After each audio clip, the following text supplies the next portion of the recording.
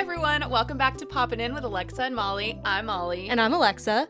And we're back. We're back and better than ever. What Not are that we ever left, really. No, we didn't actually. We were here last week. We were here for double shift. Yeah. We were on double shift last week. Last You week guys was got two fun. episodes out of us. We also spent New Year's Eve together again. We did. We actually spent, Alexa and I have spent every New Year's Eve together except for in 2023. Yeah. I think 2023. Yeah. 2024 maybe. Yeah. I don't know. Whatever you want to call it. It was the 2023-24 Yeah. year. But we're back. You don't get two episodes out of us this week. No, I don't have that kind of energy. That's That that was 2025 that stamina. was that winter break Yeah. energy. That was nothing was going on at work. Yeah, Nothing was holiday break, yeah. going on personally. And Yeah. now we're locked in for one solid good episode. Hour. Yes. Maybe hour and a half. Yeah. Who knows? We'll see. Yeah. Because we got a lot to talk about. We do, actually. So we should preface, this is going to probably be a heavy review episode. We've been watching, and I feel like there hasn't been a lot of pop culture happening. I feel like during the, the holiday, celebrities are kind of, quiet. They're kind laying of retreat. low. Yeah, you know what I mean? Yeah. I will say one thing I did see, and we can get into this when we talk about the... actually, I think it was for the Palm... What's the award? Palm Springs. Yeah, I I don't know was if like, that's I what it's didn't even called. know that was an I didn't award. either. Now all I've heard is this. But Yeah. really quick, I was going to say that Leonardo DiCaprio couldn't come because he was in Venezuela. And I was like, oh, is he filming a movie there? What? And I looked it up, and no, he was there on vacation with Jeff Bezos What a time to go on vacation. to Venezuela. Yeah. I mean, he didn't know, but now he can't leave, so he couldn't. So he had. I mean, think he didn't won, know, but, I think he won an award or something because he had to send Yeah. a video, and they She's showed like, it at yeah. the award show. So that's the only real pop culture celebrity Wow. goss I have. That's but interesting. I Okay, don't well, know. what It's are you not really that crazy. What are you popping in with this week? I am popping in with a book. Alexa's gonna pretend to be surprised that we did talk about this downstairs. Okay, actually, that was genuine surprise. I forgot. Okay, I couldn't hold up the charade. Yeah. But we both, For 2 I seconds. think we're both popping in with books this week, Yeah. which is kind of crazy of us. Yeah. But I'm reading Mr. Mercedes by Stephen King, and I love it. Okay. I don't know. love it. I've been reading it, even when we're watching a show or movie, that's how invested I am. As I Okay. just pick up the book and start reading it. I've only read Misery hello, by... pick a media. What? You're just talking to yourself. Yeah. I've only read Misery by Stephen King. I want to read Misery. I have it right there. Do you want to borrow I it? do. Okay. Yeah, I do. I have only read Carrie and then half of The Outsider. Okay. Different from The Outsiders. Different from The Outsiders. Okay, Yeah. interesting. I am popping in. So I'm going to say two things. I'm going to start off, I'm popping off, which means I'm angry about something. Okay. This week, I have wanted to read it's the biggest fantasy, romantasy, whatever book that came out recently. It's called Alchemized. It's gangbusters selling. Okay. Globally, internationally, whatever. It is over 1,000 pages long. I think you're saying $1,000. I was like, No. why? It's over 1,000 pages long, Yeah. and it's only available in hardback right now because it came out in September. And Hot take, I don't like hardback. I don't either. I literally, that book that I told you, I rented from the library, and I was like, I don't want to walk around with this hardback book. That's the problem. It's okay, it's good for aesthetics on your bookshelf, but you can't travel with it. Exactly. And it's also, difficult to read. Yeah, I'm trying to hold no, thank you. 2 pieces of wood. No, thank you. Yeah. Unless it's, a collectible item. And also, this book is 1,000 pages. I don't want a 1,000-page hardback. Yeah. And I understand, publishers, they will, not sell the, what do you call it? They'll only sell the hardback because it makes more money in the beginning. But for this, I'm I try not to buy books on Amazon. I can't even remember the last time I did, but I was I'm not buying a hardback book. I had to search, and I found the paperback version. They had a limited release or whatever, and I found it online. Good. And yeah, but I'm just for you. hardback, no. And the second thing that I'm popping in with I is was gonna also say. a book. So I recently read My Brilliant Friend by Elena Yeah. Ferrante. And I was kind of skeptical because I was I had wanted to read this for a while, but then it got the best book of the century from New York Times on it, that little emblem. And I was like, okay, that's a lot. It's damn good. It's a series. It's 4. I'm on the second one now. It's the Neapolitan Quartet. And the New York Times has a really good podcast episode of how they decided the best books of the century or whatever. Stephen King voted for a lot of his own books. Okay. Which is as he should. Marry him, yeah, which it's just funny, but Yeah. It was the one where I was telling you about, like, the two girls were like reading Little Women, and it like made me tear up, and it's I highly recommend it if you guys are looking for like a good female friendship through the years. It's so well written, it's beautiful. So when you say My Brilliant Friend, for some reason I always think of, what's that documentary about the squid where it's like My Brilliant Professor Squid, or what's it called? I have no idea what you're talking about. No. There's like some really good documentary that I always hear about, and it's called like something about My Friend the Squid, or My Brilliant Professor Squid. Oh, I think it came out like a little bit ago. Yeah, what is it? It's like about a squid. My Octopus Teacher. Yeah. That's Professor Squid. My Brilliant Friend, My Octopus Teacher. It's the same. I've always wanted to watch that too, but that's not at all what you're talking about. So anyway, back to you. That's it. That's all I have. Those are my recommendations, and those are the things I'm mad about. If you've read Alchemized, let me know what you think. I haven't. Well, I know you're not talking to me, but yeah. I also have not, so. It's, apparently people love it. Wow. It's like a cross between Harry Potter and Handmaid's Tale. Yeah. Okay. Interesting. But anyways, so let's get into it this week. Yeah, let's get into it. We're finally done. I know we've been like every week updating with the different volumes of Stranger Things. Yeah. We're finally done. The finale just dropped, as in it dropped, last week. Yeah. New Year's, but we're talking about it now. It was actually New Year's Eve. We had a really hard time because we spent New Year's Eve together. Yeah. But we were, with Chris and Matthew, it's not like we could be like, let's watch. Yeah. But I think if they weren't there, I think we would have watched Oh, absolutely. And I was telling you, I was nervous. I wasn't going on social media because I didn't want any spoilers. And what's strange is my whole feed before that, all Stranger Things. And then it came out and there was nothing on my feed about Stranger Things. And then I watched it, and once again, my feed was all about Stranger Things. Mm-hmm. I was like, this is so interesting. I wonder if they just like... I mean, I think we are being watched, and at this point, I'm fine with that. Yeah. That's. That did save me spoilers, exactly. So that's great. So do what you need to do. What was your overall... And also, we should say, we are going to get into some spoilers if you haven't seen the Stranger Things finale. As always, we post the timestamps on our Instagram. Follow us at Poppin' In Podcast and in the episode show notes. So if you don't want the spoilers for this, you can skip ahead to the next topic, but don't leave. Yeah, don't leave. Please stay. Yeah. We'll be back. We'll be back, yeah. But yeah, so what's your overall, what did you think? Okay, here's what I'm going to say. Okay. You can't please everyone. Right. That being said, there were some things that I think, maybe weren't necessarily satisfying. Yeah. But I think it was a satisfying ending. Mm-hmm. I think for what I think the show ended the way it could have. Yeah. I wouldn't have expected anything different. I think it was actually a very nice finale. I thought the ending was I loved the end credits with heroes. I really did like the ending. I thought, and then and we'll get into this more. So I'm very much just already going to the very end of the show. Yeah. But I liked how Mike was watching basically the new generation of the kids playing Dungeons and Dragons, and he I thought, and him telling the story, I thought that all made sense. Yeah.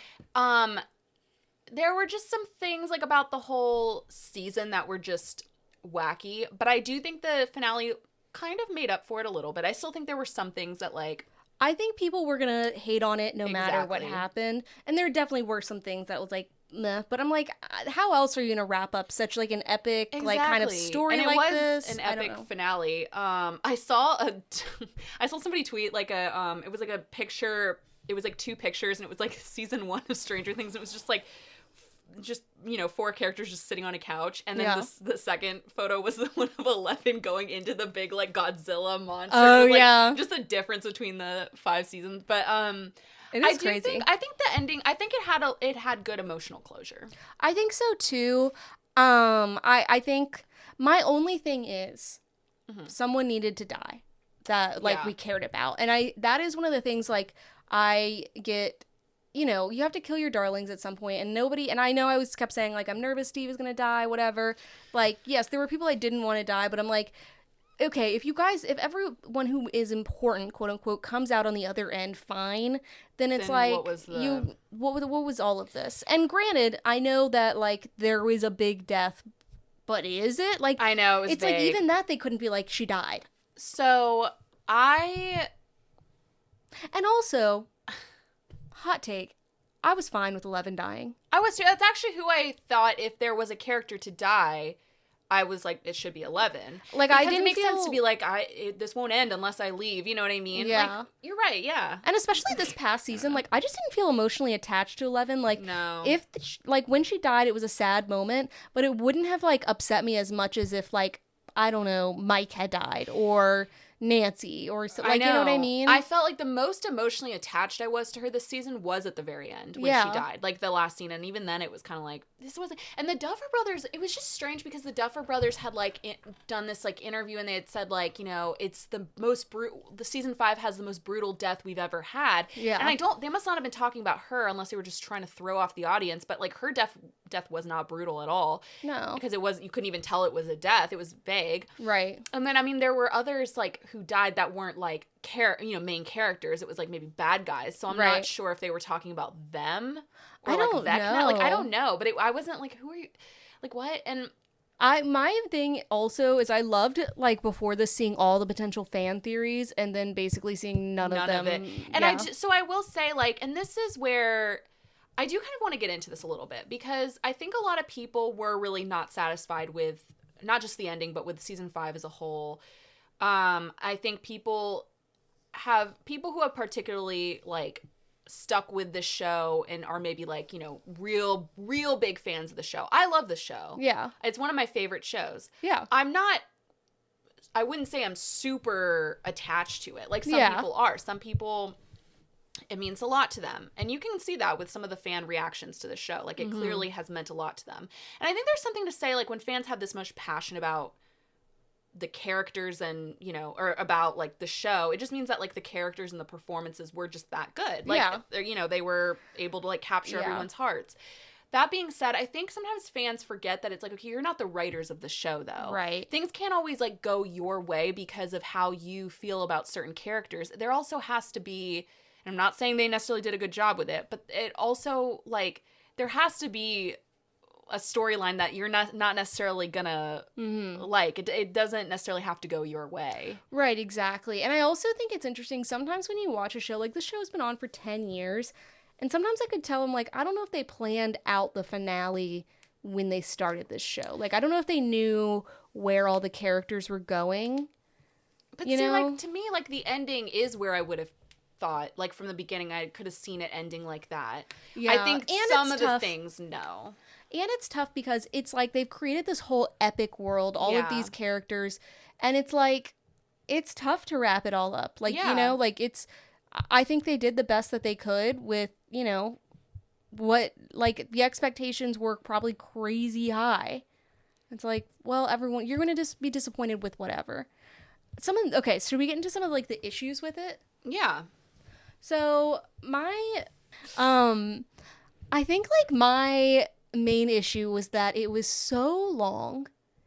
I literally put it on the day after New Year's Eve. It was 10 a.m. Yeah, same. And we had the exact same experience. We were watching it, I think, at the same time. Yeah. I think you started like maybe 40 minutes before me. And we both said it messed up our days because it's over 2 hours long. Yeah. It's a movie length. I forgot that I was going to be watching a movie when I put it on, but I was like, I have to watch this now because, again, like, otherwise it's going to be spoiled for me.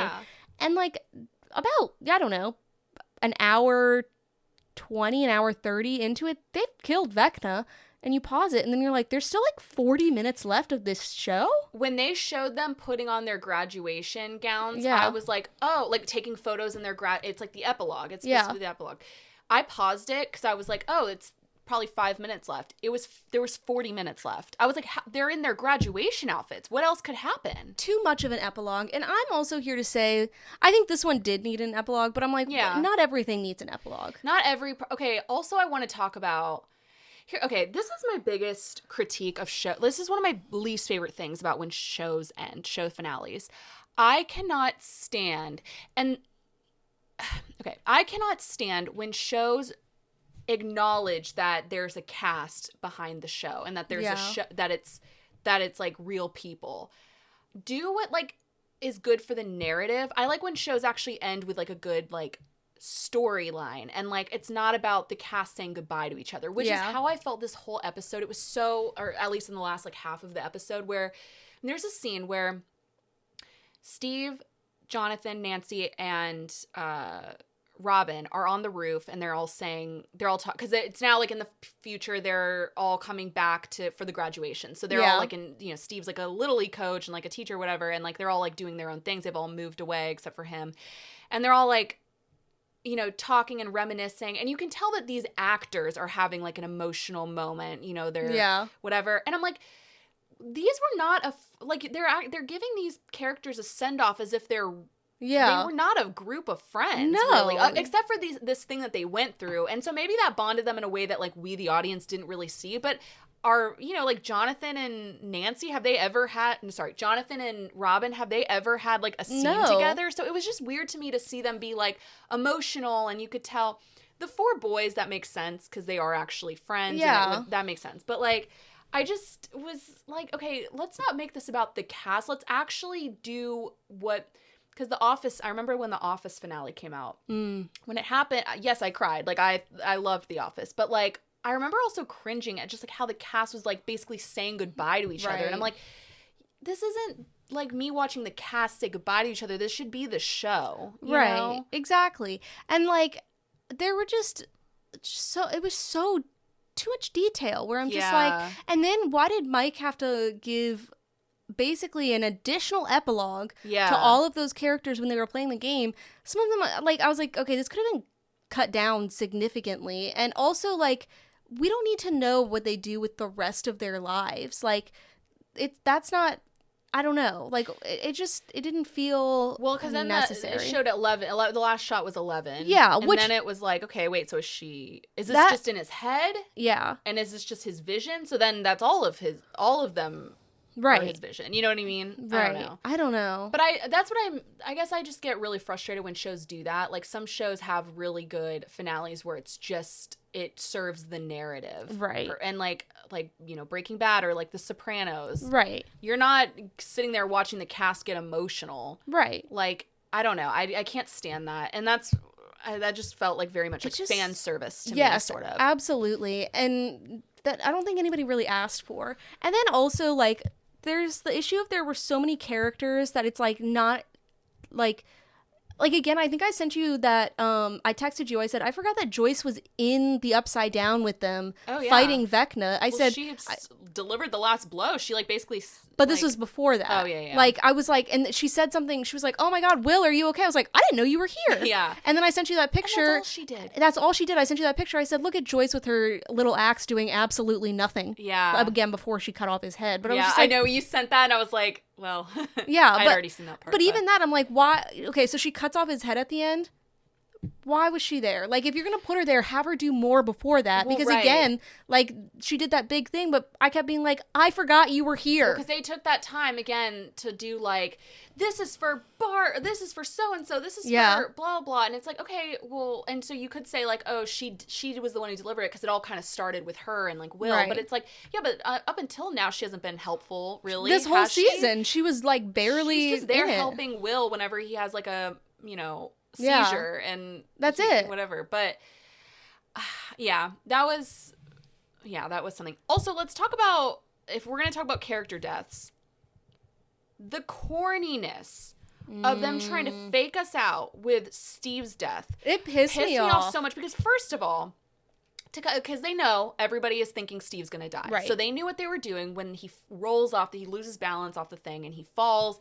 It cuts to black, Alexa. It's never done that. It's never done that before. We don't have ads on Netflix, so you can't be like, it was an ad break. Yeah. Like, it cut to black for solid 2 seconds before Jonathan, who would not have been able to save him with his, like, wiry arm. Yeah. Jonathan pulling him up, and then everyone's like, oh, thank God. Oh. Exactly. And it's like, please stop. You knew what you were doing with that. Why cut to black? That was corny. It was such a cheap trick. So cheap. I was just like, we just didn't need to do that. I don't know. No. And I also want to talk about some of the chemistry between some of the, like, love interests. So when Mike and Eleven, when Eleven's dying and Mike is like, God, screaming. And I was just like, oh, okay. And then they like... His yelling was interesting. Was it you or did I see this tweet where they were like, I'm good on having, oh my God, what's his name? Finn Wolfhard. Yeah, Finn Wolfhard screaming on my screen for a while. Like, it was like, part of it I was like, okay, this is maybe some of his best acting I've seen. Yeah. But then I was like, he's a weird screamer. He is, and yeah. I was thinking, because apparently the cast watched the finale together. Yeah. And I was like, sometimes I think, like, in those situations or at premieres where there's, like, kind of weird acting, I'm like, do you think that they're all, like, uncomfortably sitting there? Like, I can't imagine how uncomfortable I would be, no offense, if I were Finn Wolfhard and, like, everybody was sitting around me watching me, like, act like that. I would never want to go to, like, a premiere of something that I'm in. I don't want to see people watching me. The thing is, I really do like him. I just think sometimes, and I think it's a lot of the writing, a lot of the time. Oh, my God. Like, that, when Will is talking to him and he goes, I hope we can still be friends. And he goes, friends? No, thanks. Best friends. Please. That's awful. That's not him. That's the writing. That was bad. So that's what I mean. When I saw that line delivered, I was like, I can tell in this actor's soul that he did not want to say this line. No way. But then, like, so he's like screaming, Eleven's about to die, and he like runs up to her, whatever. Have you seen the tweets where it's like showing his hand is like barely touching her? It's very funny. I saw a funny tweet that was like, I've held paper. I've held like a piece of paper that I care about more than this. I never thought they had a lot of chemistry. Like, I always was just like, okay, they're like 11-year-olds who have a crush on each other. And then I was just like, yeah. When they were like little, I did. But then once like season 4. Definitely not this season, because they had no scenes together. I actually thought they weren't together anymore. Yeah. I was just like, okay, I guess. And for somebody to react that much, I would think it more like Hopper would react like that. Which also, Hopper's reaction to her death was like, it's fine. Well, he was like, they were all like, screaming, but like he was screaming less than Mike was. Yes. I would say he had the whole season he spent with her. Right. And then like there's a scene where Mike is like super distraught after this. He's like at the library looking at where she like, died. And first of all, they did a flashback scene showing us her dying. And I'm like, okay, that happened maybe 10 minutes ago. Yeah. We just don't need that flashback. Yeah. And like Hopper has, proposed to Joyce. He seems great. He's having a great time. Yeah, he moved on. Yeah, he moved on.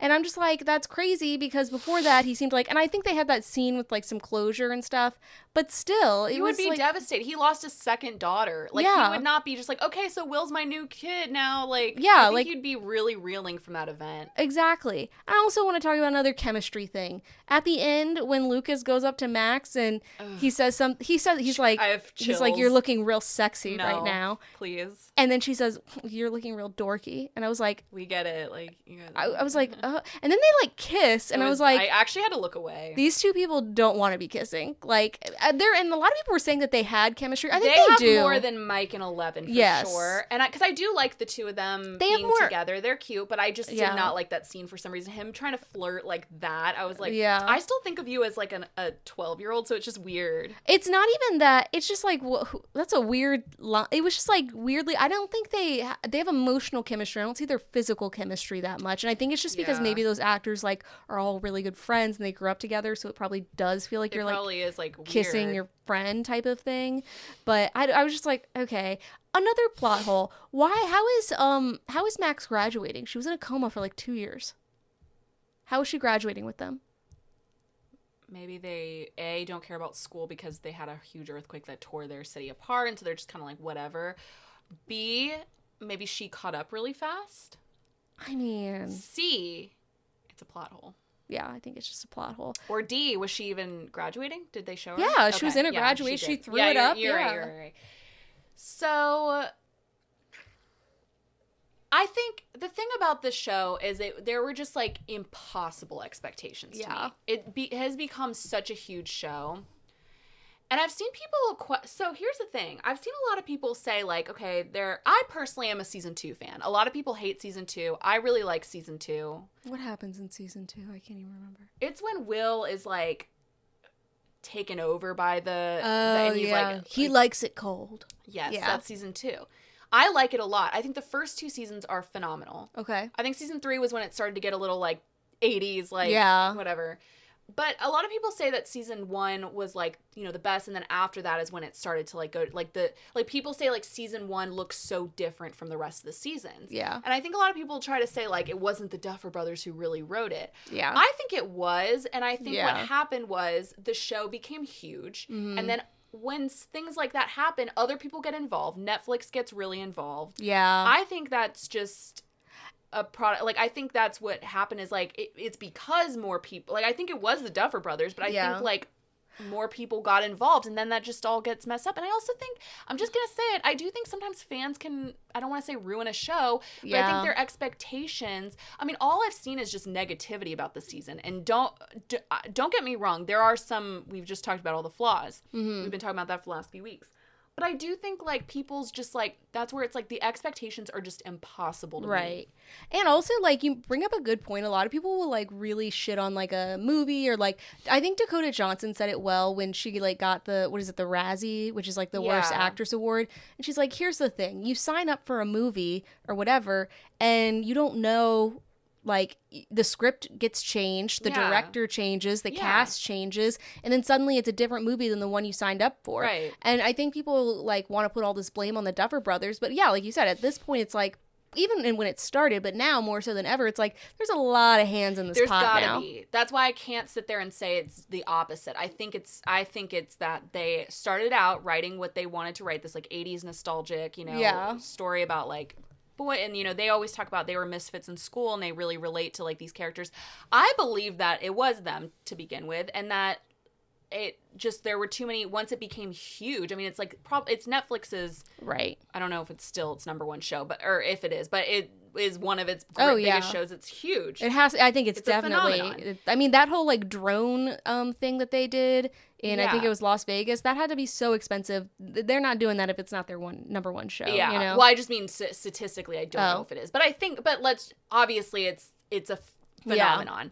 I think with that, it's like too many hands in the pot. Too many cooks in the kitchen at that point. I said too many hands in the pot. I don't think that's how. I don't know, but yeah, I think that's what it is, and so I don't want to blame. I actually think for what the show is about, because it's such a crazy plot. Yeah. I mean, I think, you know, there's definitely some plot holes. There's some weird writing choices, but I think overall, it's actually, I mean, it's not hard to follow. Like, it's hard to follow, but I think they do a good job with, you know, keeping track of things. Yeah. And I think, like, there's some real trueness into some of what, like, they write. Like, I actually, the scene with, like, the older kids, like Steve and them, where they're like, oh, I don't know why they were getting together, but anyways, like, they weren't really friends. But it was very relatable, where they're like, you know what, like, I'm gonna miss you guys. Like, let's make plans to meet up in Philly once a month. And they said, no matter, like, what happens, like, school, kids, whatever. And it's like, it's just the most realistic, because you're watching that and you know, you guys won't be meeting up in Philly. Also, because you guys weren't friends. Yeah, because you guys weren't friends. Also, because, like, you're in Indiana, Jonathan's in New York City. Yeah. Like, couldn't be farther apart. And once a month, that's ridiculous. That's crazy. Maybe quarterly at most. Yeah, I mean, that's a lot of traveling. Yeah. I don't know. I didn't like that. I thought that scene was corny. I was like, this would make sense if you guys had always been friends. But first of all, like, for literally just that season, like, I think Steve and Jonathan have hated each other literally every season. So I don't know why we're all of a sudden acting like this group is our best friends. And they trauma bonded. Exactly. And two other plot things. The whole government subplot.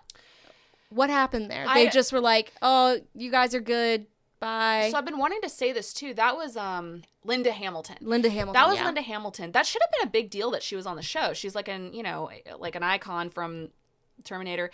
I feel like no one cared. You know what I mean? Like, I did not care about her character at all. No. I thought she was the most boring, like, antagonist ever. Right. And also, again, like, go ahead. Sorry. Like, I did not care about that storyline, even though it was like it was important to the storyline. I just didn't care. Right. And I think it was supposed to be, it's just funny that they put her in that season, and I feel like it should have been a bigger deal that actress was in that season, and it, like, totally wasn't.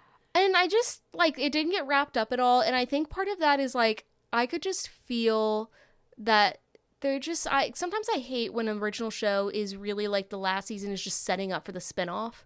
And that's what I felt like this last season was doing. And there's 2 spinoffs. Yeah. There's an animated show, and that's coming out. That's crazy. Like this year, next year. And then there's a live action one that's going to be completely new characters. So I don't know if it was setting up for it, but it probably felt like it was. Yeah. I know we talked about that last time. But. Yeah. And I just... So, do you want to talk about Conformity Gate? What is that? So, a lot of people, and I mean, this episode will come out on Wednesday, so we'll know if we're wrong, but a lot of people have this theory. I actually didn't know about it, or I knew been seeing people talk about Conformity Gate. I kept seeing it on Twitter, but I was like, I don't care. Everyone, like, we can stop talking about the finale now. Like, we're good. But people were so pissed off about the finale that they don't think it's real. There's theories that there's another finale coming out, that was just like a big fake out, and there's an extra episode coming out on January 7th. I have seen this. I didn't know that's what it's called. So apparently, January 7th, like, I guess it's because, like, Netflix put out some cryptic thing where, like, the date January 7th is, like, at the bottom, so people think, okay, it's coming out January 7th.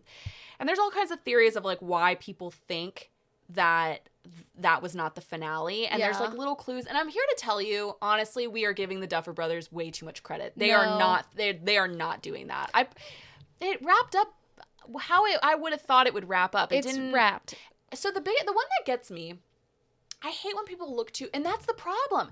That is the problem with people's expectations, is they watch the show too closely. They're too obsessed with it. I'm sorry. Yeah. So they're watching things too whatever, and then they think like, oh, like this little hint. No, they're not. They didn't write it like that. You guys are just too into it. Right. Like, and so somebody, I guess, like, there's theories because at graduation, everyone, when the whole conformity thing is with Dustin, everyone is like sitting like this, like they have their hands like this in their lap, and people are like, they're sitting like how Vecna, like how, what's his name? Victor, whatever. Henry Creel, like Vecna stands. And I think they're sitting how people sit at graduation with their hands in their lap, and they're wearing their cap and gowns. Like, it's not that crazy. It's not, and there were so many things where it's like Will is talking like Vecna, and like throughout this whole thing, it's like your theories aren't theorying. And also, you're looking too closely. You're giving too much credit to the people who this whole time you've been calling like idiots. Yeah. You know, so let's just assume that they just wrote the finale. The way that you hate it. Sorry, but it's. Maybe we'll be proven wrong on Wednesday, but I don't think so. I would stake a lot of money on that. I would too. So I had to talk about that because it's actually really ridiculous to me. Interesting. I cracked up when, did you see that? Like the military people, when they were holding all of them back, I don't even know why, when 11 was dying. Why not go after her? Because you've been looking for her this whole time. Right. Why are you holding Mike and Dustin back when you could be chasing after her? She's standing right there. It didn't make any sense. But the military men were like, during the whole like thing where it's like emotional, some of them were like looking like they were crying. Yeah. Like, you don't know. Oh my God. Why are you crying? And it took like, here's the thing. It was an emotional scene, but it was a beat too long. Like, I actually really liked the use of the song there, though. Yeah, I thought that was. It was actually. I thought it was. It was good, but to me, I was just like, okay. It was a little long. Yeah. The yelling kind of, the crying. Yeah, I was good on that. Yeah. One thing that came out of the show, one of the many things, but one big thing for me was the music. I thought this show and this season, it has a great playlist. But yeah, I mean, that's all I really have to say about it. I think. Me too. Yeah. I think.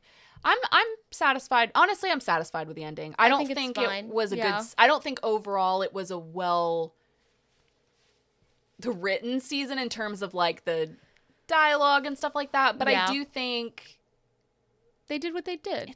It's a juggernaut of a show. Is that how you say that word? Yeah. I only read it and I never actually say it. I think that's how you say it. Yeah. And I think, like I said, impossible expectations to meet. No one's going to be satisfied. Yeah. I think it was fine. Like, I think that's how it needed to end. Exactly.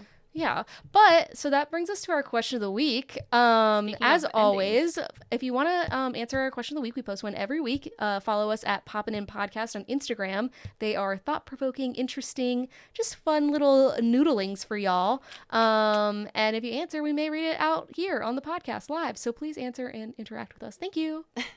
So our question of the week this week was... What do you think is the most satisfying series finale of all time? Okay. That's a big question.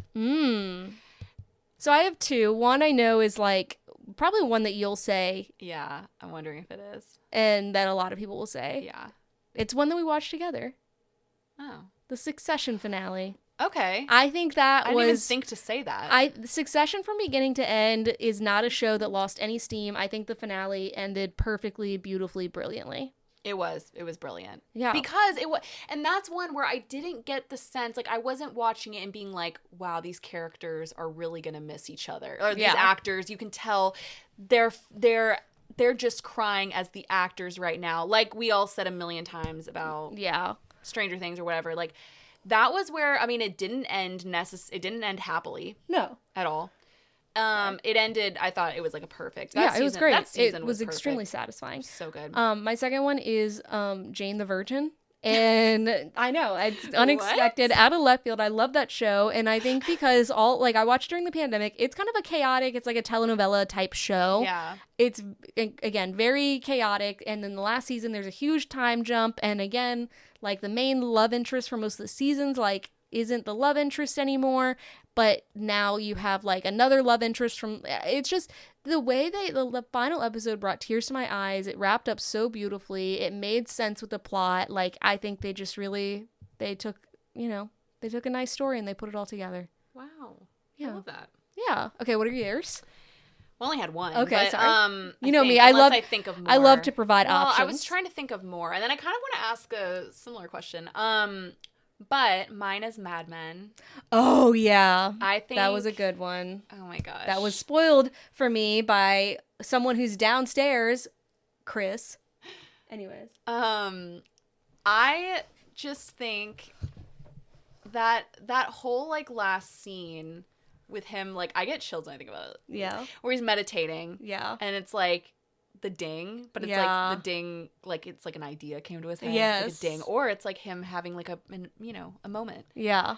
And then it cuts to I'd like to buy the world a Coke. Yeah. It's so good. I literally cried so hard when I first saw that whole show. It just was so, oh my God, it was so brilliant. Like, that was just, because it just ended, like, it just really, like, came full circle. It was so good. It was so well written. I loved it so much. It's really And that good, was actually, I'm like, I'm rewatching Mad Men right now, and I can't wait to get to that, episode. The last one. Well, yeah, because it was just like, I can't wait to, you could just skip ahead. No, but I need to view it, like, as if I've, because as I'm watching it, the whole thing, again, it's, like, such an emotional ending, in my opinion. And I think that was one. It almost went on. I'm shocked that it went on for 7 seasons. It's actually kind of crazy for a show like that. Because each one's a banger. Yeah, I remember when I was watching it like when it was coming out. Even then I was kind of like, this show's been on for a while. Like I was kind of like, I don't think it is. Each one's a banger, but I do think that finale really hits it home. Yeah. I would probably also agree with Succession. I actually could. It was hard for me to think of some. Not a lot of shows really stick the landing. Because shows that I love, that doesn't mean they stick the landing. Like sometimes it's, and again, it really goes back to my complaint of where I can tell that this is about the cast and that's to me is not good writing. And I don't want to say ones because I do think they're gonna other people are gonna say them, but So we had some answers. Cordy said Breaking Bad. Okay. And I totally agree. I've heard. And I was telling her this, but even the name of the finale, it was Felina, and there's just so many meanings to that. It was just so, I know you haven't watched it, so I won't talk about it. But and also for those who haven't watched it, it's a very brilliant. It's a great finale. Okay. My mom also said Breaking Bad. Kelsey said Righteous Gemstones. Okay, yeah, that was good. Eric said, I'll get roasted for this, but it's the only one I got. Friends. Friends was a good ending. They did it well, I think. And then he said, I'll take that back, Andor, which I had no idea Andor. He loves Andor. Okay, yeah. I don't know anything about it. I didn't know it ended. I didn't know there was a finale. Steph said New Girl and Parks and Rec. Oh, yeah. New Girl I didn't watch New Girl. It was they kind of again, a flash forward type of thing. It was good. But sometimes I don't need the epilogue flash forward. Parks and Rec, I do. Parks and Rec is one of my favorite shows. Especially it's one of my favorite comedies of all time. But I remember thinking the finale was also one where it felt like it was the cast being emotional and stuff, and that's a hard thing to have a finale for because it's well, they still all work together. There's nothing to wrap up, Or actually, in that storyline, they go in the future too a lot. Yeah. Yeah. So this is kind of like a opposite question, Okay. but are there what finales have like stood out to you of just like not being satisfying? And I don't mean like we could easily say Game of Thrones, so I'm gonna say no Game of Thrones. Okay. Let's not say that. One that I actually haven't seen, but I know about, the Lost finale is a big one. So I was gonna use that as an example because it is bad. It's similar to Game of Thrones where it was just like that whole scene. It was crazy. Yeah. But I will say when we watched it, I actually had to go upstairs to my room and just sob because the last scene, I haven't watched it, so I won't spoil it, but the last scene just like really got to me. And and I'm just going to say they use that music, that like really emotional music. Yeah. That music, no matter what on that show, no matter who died, what happened, I always started like crying because it's such an emotional song. It is. Gilmore Girls pissed me off. That finale was awful. I've heard a lot of people say How I Met Your Mother. Oh, yeah, that was so stupid. For him to go... This is a spoiler, but don't watch it. For him to go back to Robin? Are you kidding me? I don't watch it, but sure. Yeah. Not even their mother. Like, whatever. It's Oh, so how did he meet? The mother dies, and then he goes back to Robin, who is his girlfriend from the first season, and, like, they become friends. So did she have them? The kids? Did she have... Robin? No, the mother. Yeah. Okay. She had the kids, and then she passes away, and then he, like, through his grief or something like that, it's like he remembers that he loves Robin. That's kind of goofy. And they love each other. What's the point of even having this other character then? Yeah, it's like we went through 10 seasons for you to just get back with your girlfriend from season 1. That's crazy. Yeah. I'm trying to think of other ones. But yeah, I would say those ones. Yeah. I guess I didn't even answer the question. Yeah. Oh, and I forgot to say, Megan didn't put this, but can you guess what Megan's is? Schitt's Creek. Yeah. Yeah. She told me verbally, but she never wrote it. Yeah. But yeah, thank you guys for answering that question. Yeah. Those were some really good answers. Yeah. I wish Answer I every could week. Actually, I don't think I even answered. You didn't answer your alternate question. Didn't. I guess I would just say Game of Thrones. I remember being very... You said no Game of Thrones. I know, but I'm thinking about it. I would be... I was break your own rule. Well, you weren't going to say it. You said I couldn't. You didn't watch it. I know enough. Okay. Well, it doesn't count if you haven't watched it all the way through. Doesn't count because you told me it wouldn't count. But it wouldn't have counted for you anyway. And I'm taking it back because it's the only one I can say. I was violently angry What is this game? Of Thrones. Yeah. Okay. Sorry I made you so mad. But yeah, that was our question of the week. Yeah. So I know that this is a show that I've watched and you have not watched. Chris and I watched it together. It was like the biggest show on Apple recently. Pluribus. Can I just... Sorry. Okay. I didn't mean to interrupt you as you said the name. Quickly, though, I was going to say... Is it the biggest show on Apple? Like it's like their new big show. That's confusing. No, I had heard that it was like their biggest show of all time, and that's confusing to me because you've got Ted Lasso, who I think everyone and their mother has watched. Yeah. But I can't say the same for Pluribus. Like, I don't know that many people who have watched Pluribus. But it got such good reviews. It was like 100% certified fresh on Rotten Tomatoes. But that doesn't mean that, like I'm just surprised it's their biggest show. I don't feel like I hear that many people talk about it. I don't either. I see a lot online, but again, maybe it's just because I've watched it. Yeah. I actually really enjoyed it. I don't think Chris did. And I'll say this if he can hear me. I think he was subject to, like, people saying that they thought it was boring, and then I noticed he started saying he thought it was boring. But I had heard that, so it made me not want to watch it. And it is like... Okay. What'd he say? We're not taking call-ins. Yeah. I hope he can hear me. And I will say... It is a slowly paced show. There's not a lot so the premise is basically like, and this happens in the first episode, it's not a spoiler. It's like this alien population kind of takes over everyone's body so that everyone is one person, basically. Yeah. So they're all kind of sharing like one consciousness, and except for it's like 11 people in the world it doesn't work for, and the main character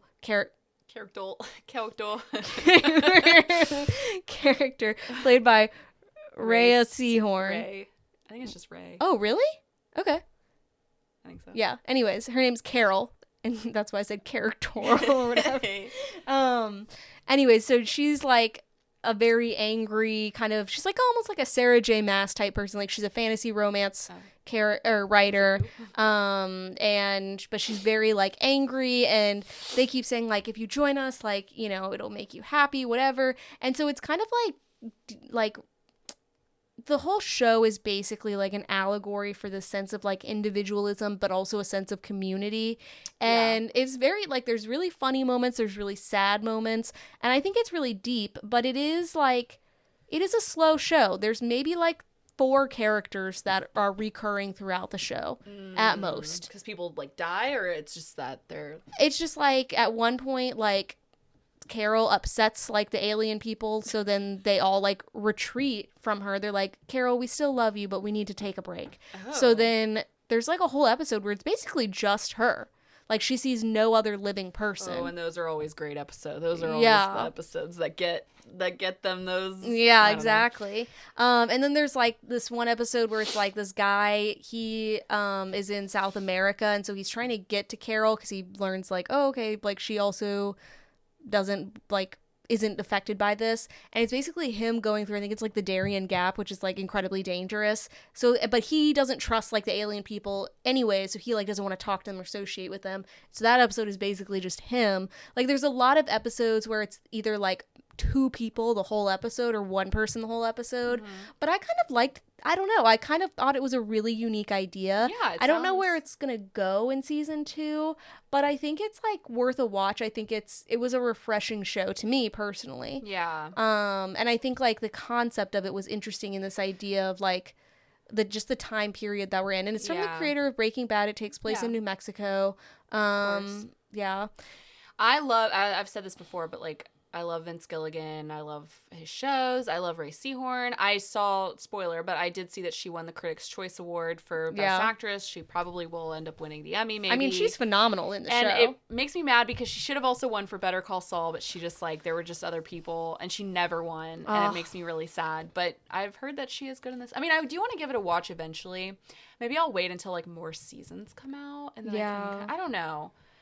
I think for some reason I've just not, like, even when you talk about it, I'm just like not drawn to watching it. I don't really know why. It's not a plot-driven show. No. It is a purely like, it's not vibes. It's like an idea show. It had like it is a unique idea.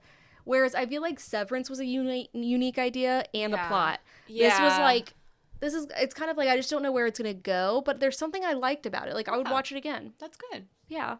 So, I mean, that's my thoughts on Pluribus. Watch it or don't, I guess. I don't know. I think it'll be getting awards come award season. I mean, like you said, it already has, but we'll see. Nice. So, I want to talk about something a little bit sad, a little bit, you know, a little darker. But, and we're kind of late to talking about this, but I did just, this has been like over the last couple weeks, but I just felt like, you know, this... I had not heard about it until you told me, like, last week. So. Yeah. It's showing up on my feed a lot.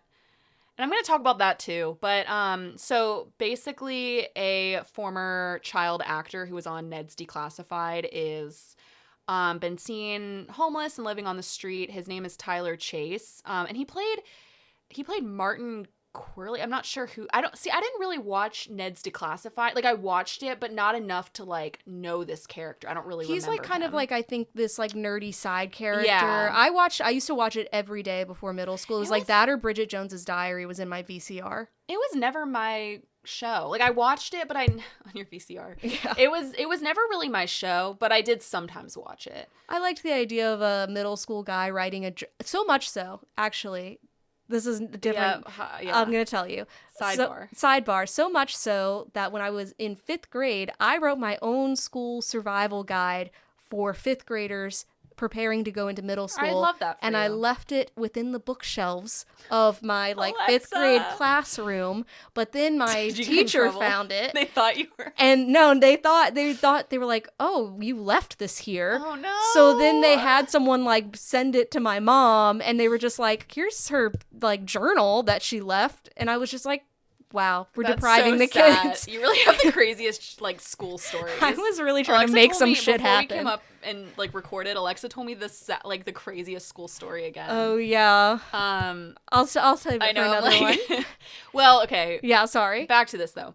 But anyway, I want it because it's been kind of gaining attention. There's been like a lot of like viral videos showing him experiencing homelessness in California, and because of that, like, I think, so one person showed videos of him, like, posted videos of him, and that kind of prompted a bunch of actors, like, particularly from Ned's Declassified. So, Daniel Curtis Lee, who played Cookie, and Devin Werkheiser, I never know how to say Werkheiser, who played Ned, as well as this other actor from Mighty Ducks. They've, like, helped, like, arrange, like, medical care, rehab, temporary housing, and kind of, like, bringing him to get food. There was, like, the Cookie actor, Daniel Curtis Lee, he, like, filmed him taking him to get pizza, and, like, again, somebody's, like, filming them doing this. He's taking him to get pizza. And did he film it, or someone filmed them? No, like, him, like, somebody was with him, and clearly, because they're in the restaurant No, I'm eating. saying, like, did the actor, like, the other actor film it?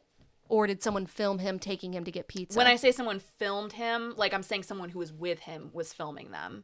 Right, okay. So, yes, like, he was filming himself taking Tyler to get pizza. And taking him to a motel and, you know, doing all these things. And Tyler seems very nice, very he seems like a very, like, nice, happy person. Just, you know, clearly has struggled in life and is in this situation now. But does he have mental health issues?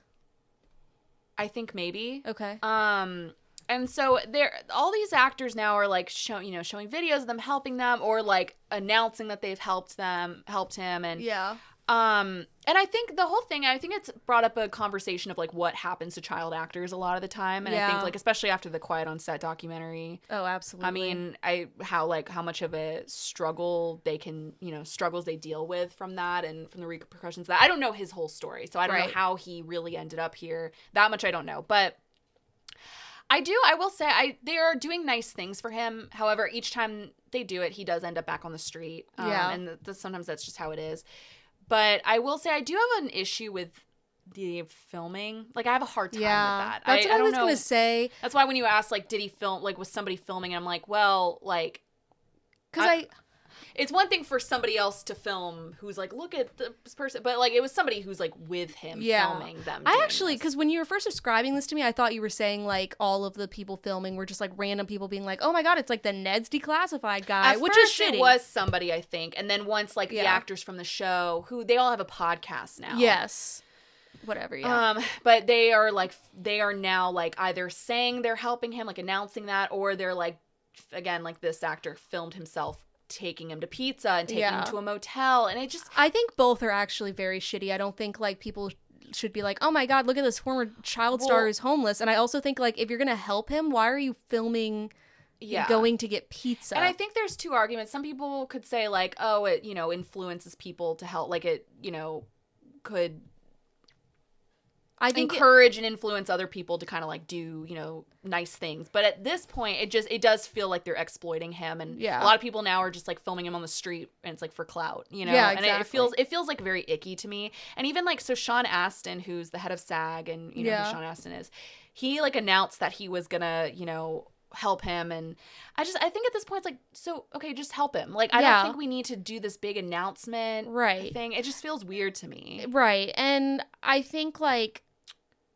I don't know, if you're gonna help him, like, you should help him, and then, like, also make a greater statement about, like, things that are available to people, or like, I'm going to continue helping, like, this resource for others, or and whatever. And they might be doing that too. Hopefully they are. But I do think the filming him, there shouldn't be any filming. There shouldn't be, because also, like, he can't genuinely consent to that. He's in a vulnerable position. He's getting help from these people, and they're gonna say, like, hey, can I film you? What is he gonna say? No. And then just like, you know what I mean? And it feels like an abuse of power. Yeah, it feels like just something feels icky to me about it. But they do, like, he ends up back on the street, like, I keep seeing that. And so I think, you know, hopefully that he can get the help that he needs, but I think, I mean, it's an interesting thing of, like, you know, a conversation. I don't know what his circumstances were, how he got to this. I don't know if it's because he was a child actor. The two are probably related, but I don't know. But I hope he does eventually get the help that he needs. Yeah. But I think I would like the filming to stop. Every time I see it, I'm like, ugh. I don't think we need the filming. If he is, like, I don't know, years from now, like, hey, let me tell you about my experience. Yeah, but I just don't think he's in a position to consent to being filmed. I don't think, like, it really rubs me the wrong way. Totally. Because again, yes, do help him. That's very nice of his past co-stars to do that. But you don't need to help him so publicly. Yeah. Like, you can help him, and it's just helping him. Exactly. I was just curious to your thoughts on that, because it's just interesting. I really liked Ned's Declassified School Survival Guide. Whole full title. Yeah. Just right off the tongue. Yeah. But I just, as adults, all of them are, I'm like, they all do the podcast. I'm just like, all three of the do main something actors. Else. And they're vying, not only, I think we've talked about this before, but not only are they doing the podcast, which I'm not sure how long you can keep up a podcast about that. It was a kid's show, so there's 5 seasons. Right. But I'm also like, they're apparently always like vying for a spin-off show, and they get really angry when other, like, iCarly got a spin-off show, and it's like, yeah, because your guys' show wasn't that big. Right. And also, I don't know why, but it made me really uncomfortable when it was like, she played Mosley, I think is her name. I don't remember her real name. And then Ned, we're talking about how, like, she would, I think, give him blowjobs in between scenes. Oh, yeah. She looks so much older than him. Yeah. Well, she did in the show, too, which I think is just, like, middle school. It's pretty accurate, I think. Yeah. But I was just like, oh, I don't need to know that about this show. Because I think, like sometimes, like, child actors have been saying that about certain things. We're just like, oh, yeah, like, we got up to this on set. And I'm like, I'm good on knowing that. And again, I could be, like, misremembering that. No, she did. Yeah. Maybe I've only heard it from you, actually. Maybe we should fact check that. But I'm like, I just don't need that. Thank you. I don't know. Yeah. Yeah. So we are entering into award season. What was it? My Was favorite season. My awards. favorite. Yes. What was it? Was the Palm Springs we were Awards? trying to think. I was like, why am I getting so many posts about this? Only because of Timothée Chalamet. That was the only thing I really saw about it, as well as Leo's Venezuela video. Oh, yeah. But I also 2026 is wild already, you guys. But yeah, I'd never heard of this award show until now. But, so the Critics' Choice Awards, that's kind of the award show that kicks off, like, the awards season. It's sometimes a little off, but it's usually sort of gives an idea of, like, who's gonna probably win. Yeah. But this one was a little wacky, so I don't know. I thought a lot of the winners were like predicted. Yeah. But there were a couple that I was like, I hope this is okay. I haven't seen the full spectrum of winners, so I'm gonna take me on a journey. Okay, so Best Actor went to Timothée Chalamet for Marty Supreme. As it should. Haven't even seen it, but he deserves it. He deserves Best Actor in anything. He did. I will say he did. Yeah. Best Actress, Jessie Buckley for Hamnet, which I haven't seen that, but I do think I believe it. Yeah, I believe it. Her speech, I was texting you about this earlier to Paul Mescal, where she was like, I could drink you up like a cup of water or something like that. And I was like, okay, I think you need to. You're married. You're married. He looks a little uncomfortable. Like, it's like a weird. Oh, I do love. I didn't see that. But he also is kind of just looks uncomfortable sometimes. Like, he's a bashful gentleman. He's a bashful boy. Yeah. Yeah, but I just was like, I love her. I love hearing her talk. I love her accent. I would love to chat with her. Like, just She's to hear funny. her talk. So I love when somebody's like an amazing actor and then also has a great personality in real life. Yeah. That's sometimes not always the case. Yeah. But she's like somehow both phenomenally talented artist and is like seems like a fun person. Yeah. So I do love her. I'm glad she won, even though again haven't seen Hamnet yet, but I think we would agree. Yeah, we would agree. And then Best Supporting Actress. This is the one where I questioned it. Okay. Amy Madigan is that how you're saying her name? For Weapons. Oh, I did see that. Yeah, I figured she would win that, but I don't think she'll win the Oscar. I'm like, okay, I don't know. I mean, she really not carried that movie, but like her performance is really what made it. She was good. But... No, totally. And it was like, it was weird. It was different. But I just think like, whenever the fact that she was even nominated, I was like, for like the Golden Globes, I was like, really? I don't know. I think. Wait, is this Golden Globes or Critics' Choice? No, Critic, but she was nominated for Golden Globe too. I do think like.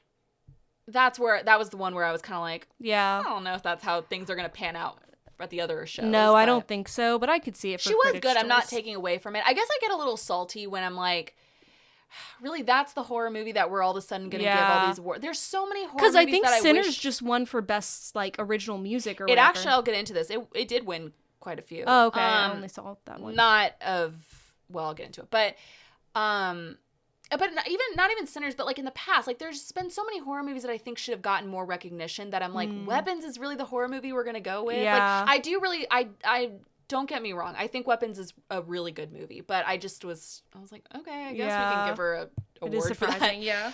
This one surprised me too. Best Supporting Actor, Jacob Elordi for Frankenstein. Okay, I saw that. I was like, oh, he's supporting actor in that. Yeah. But I guess so. Yeah. I also Frankenstein is a titular character. That would be Oscar Isaac. Yeah, that's true. I would say that's how it is. I guess so. He stood out the most. I would say he actually did outact Oscar Isaac in that movie, but Oscar Isaac is definitely the main character. I love there's like so it's like on the red carpet or whatever, Jacob Elordi met Michael B. Jordan's mom, and they're just like standing there talking to his mom, and I was just like, Aww. This is my dream. I saw Jane Fonda like passed him on the red while he was taking photos on the carpet, and he literally went like he was posing. He looked so good. He did. He like looked really excited. He's like, I love that. It was funny. He seems like he's like he's a fun so little cute. guy. He's a very large man. But he seems like he'd be fun to just chill with, you know. I love him. And I love him. I'm such a fan because I do think they're like I'm like proud of him. Do you know what I mean? Like I don't know this man, but I'm really proud of him because I feel like he could easily be looked at as just like a hot actor from Euphoria. Not that Euphoria obviously has great acting in it, but I just think I'm so glad at like how far he's gone. Me too. I love him. And he was really good. I can't wait to see how far he goes. You know, Frankenstein may have some flaws, but I do think he was really good in it. And this is, you know what? I'll say it here first. He may be passing my Timothée Chalamet like fan club. Should be. But we'll get your club Elordi. Electro Elordi. Wow. Okay. Electro Elordi. What? Nobody's gonna know what that means, but it's provocative. Gets the people going. Okay, so then one battle after another, one best picture. Okay, not a surprise. Yeah, I would agree with that. Yeah. So Sinners did win. I just wanted to kind of, because I wanted to note like one thing was, Sinners won 4 Critics' Choice Awards. Okay. So it won Best Cast and Ensemble, Best Young Actor / Actress for Miles Catton. I don't know how to say it. I feel like I spelled his last name wrong, actually. Is it Canton or Catton? Anyway, sorry. But Miles. Maybe Caton, yeah. Thank you. Miles Caton. Sometimes I worry that I left out like a letter when I'm typing. Yeah, I feel that. Well, you know me. I always, yes, I add a few. You do feel that, Yeah. I'm going to tell you. Best Original Screenplay and Best Original Score. So those are great. Okay, those are pretty great those ones. are good, yeah. I will say one that was funny. This isn't about Sinners, but Rose Byrne won Best Breakthrough Performer. I think it was at the Critics. Maybe it was the Palm. I don't know. I'm getting them confused. I am too now, but she won at one of them. She won Best Breakthrough Performer, and she's like, wow, it's really great to win this at 43 years old. Or she's 40 something. It was really funny. That is funny. I wouldn't consider a breakthrough, but like, okay. Yeah. But this is, I think, her breakthrough role, because like I wouldn't say she's known for like dramatic roles, so it makes sense. Anyway, for series, The Pit won Best Drama. Classic. I'm kind of sick of that. I don't watch the show. But I I'm sick enjoyed of it, but I think Severance.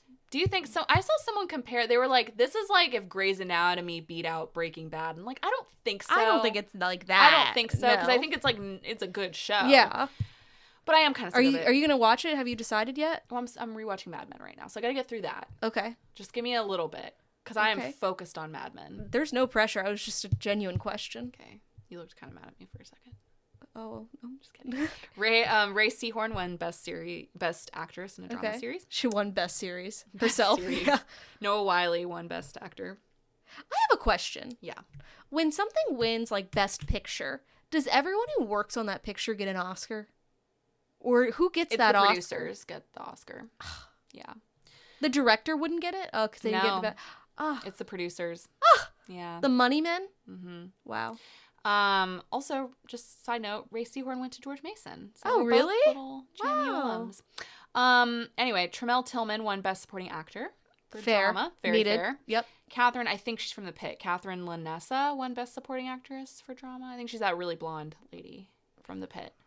She won the gold. She won the Emmy too. Oh, she's like the nurse. Yeah. I don't know. Yes. I Yeah. watched Yes. The Pit. Yeah. And then the studio won Best Comedy. Okay. Jean Smart won Best Actress in a Comedy. As she should. Seth Hacks. Hacks. Seth Rogen won Best Actor in a Comedy. Okay. Now, here's where things get interesting. Okay. This made me happy because, who do you think was going to win Best Supporting Actress for comedy? When it's Jean Smart just won Best Actress. Hannah Einbinder? You think. But it was Janelle James from Abbott Elementary. And Really? I was like, that's great. I love her in that show. Awesome. I always felt like she should be recognized more. Because, even when Abbott Elementary was, big, when it was, kind of the comedy darling. Yeah. She was never really recognized like the other actors were. And I think she's so funny in that show, so I'm glad.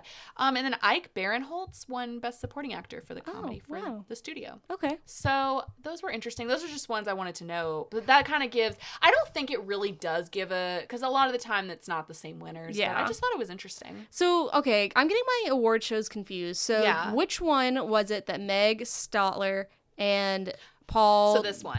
Okay. So I wanted to note this because I love them. So I was like, okay, so Meg Statler. I thought it was Stalter. Is it not? Staltler? I spelled it wrong there. Wow, am I you?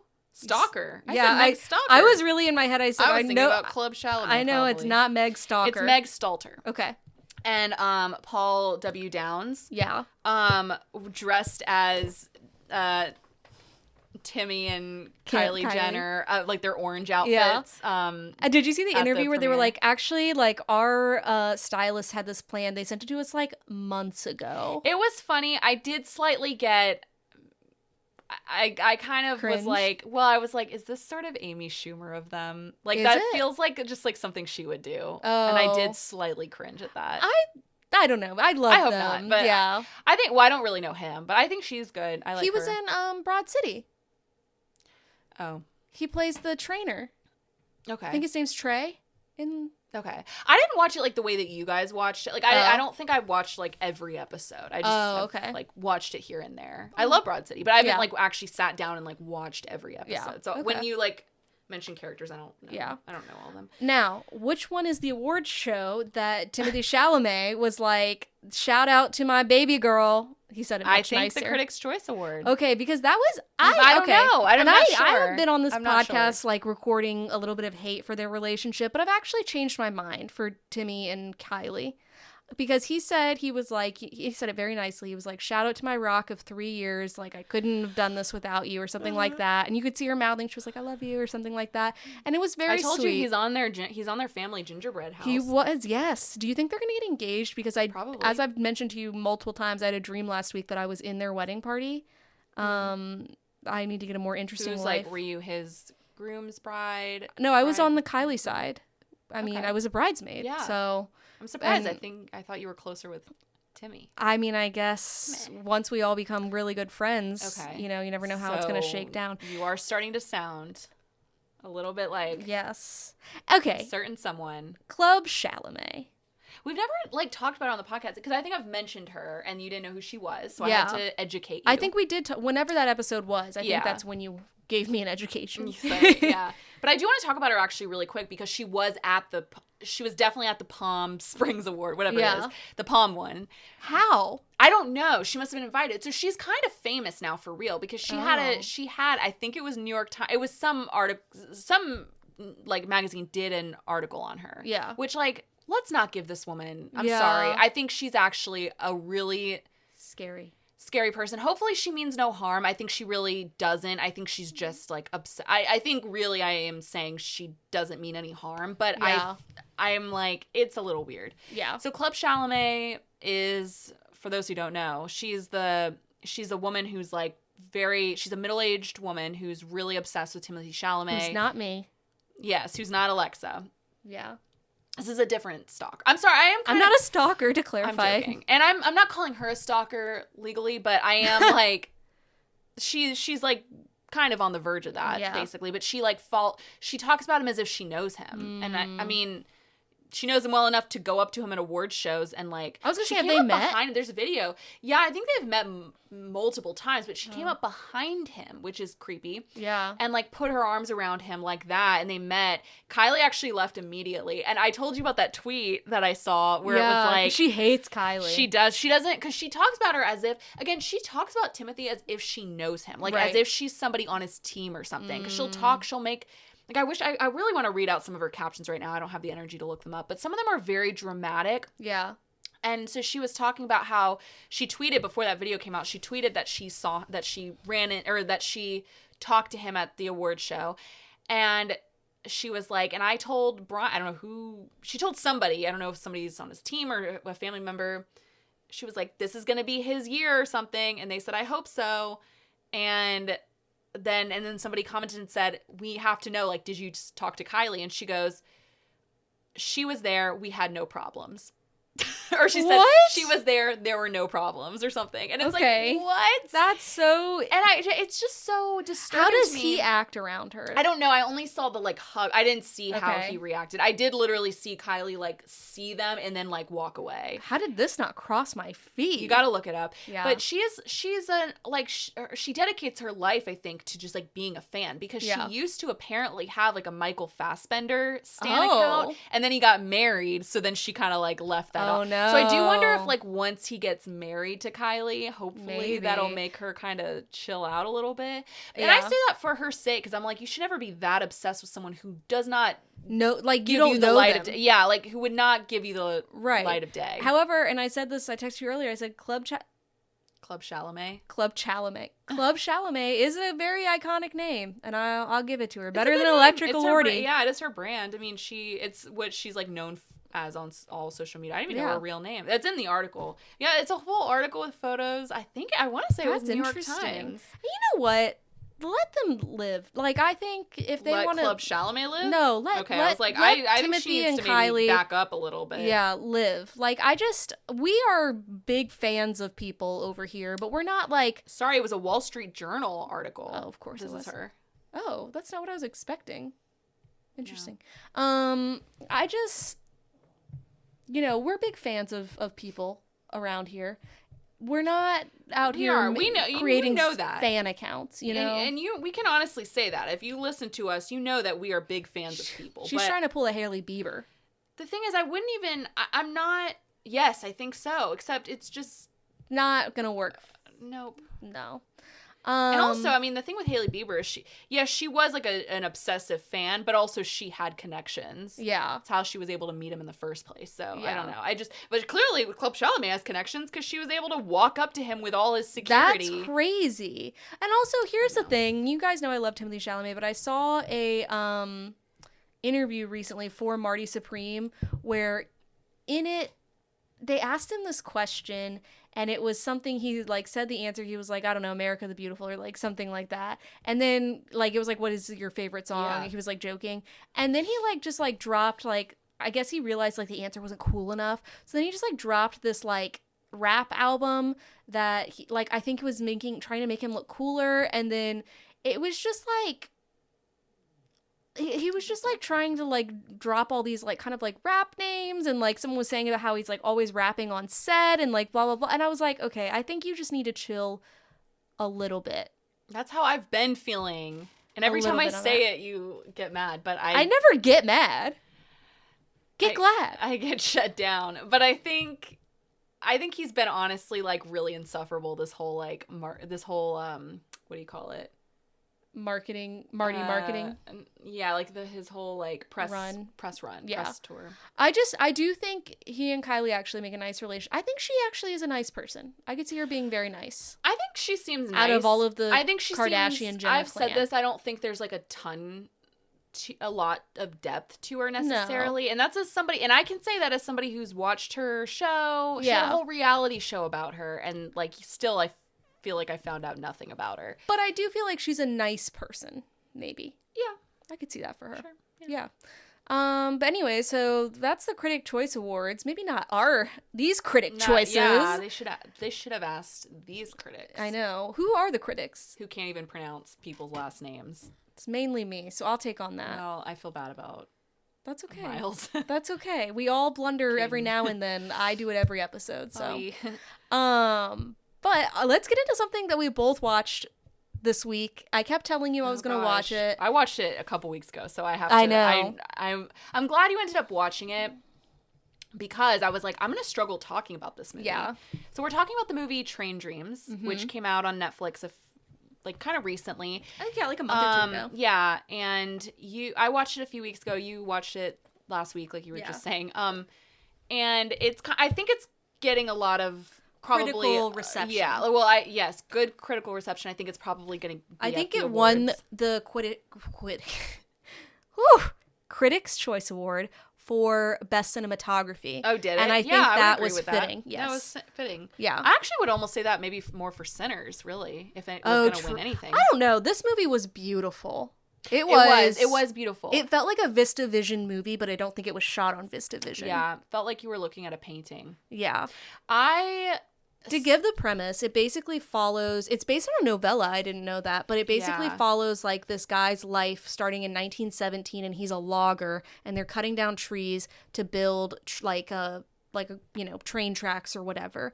And that's basically the whole thing. Well, yeah, and so he's like, it's basically the movie takes place like he's living all of his years like in the forests of the Pacific Northwest. So it's like, and it's he's working on the land, he's trying to create a new world at the turn of the 20th century. And it stars Joel Edgerton, who I love. I think he's a phenomenal actor. I think he really crushed this role because he doesn't really say a lot, but he's conveying a lot. He does convey so much. And it also has Felicity Jones, plays his wife, William H. Macy, and Carrie Condon. Yeah. Who also, she's not in it for very long, but she's really good in it too. Yeah. So how did you feel about this movie? Because I just want to preface this by saying, when I first watched it, I remember texting you and being like, I'm not sure about this movie. It's very, very slow. Yeah. Which was, I think, what took me so long to watch it. I kept hearing your voice in my head being like, I don't know, it's pretty boring. Yeah.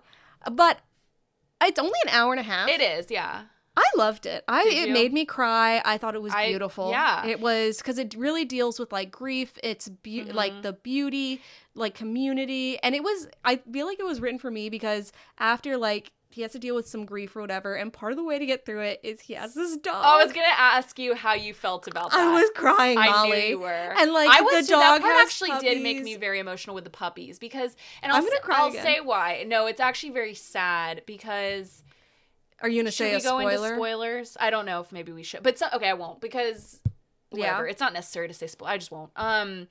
But there's something that happens. Like we said, he deals with grief. You know, that's what a lot of this movie's about. But there's something that happens and he ends up losing someone, like losing people. Yeah. Okay, sorry, spoilers, I don't know. But he ends up losing people. And his dog has puppies, and these little puppies are like his new children, and the way that like he's acting with them is just like they're his companions because he lives in the middle of nowhere. But he truly, what's so cute is like he really treats them like little babies. Like it's so sweet. But it made me really emotional. I knew I was watching. I was like, oh, Alexa's gonna get real.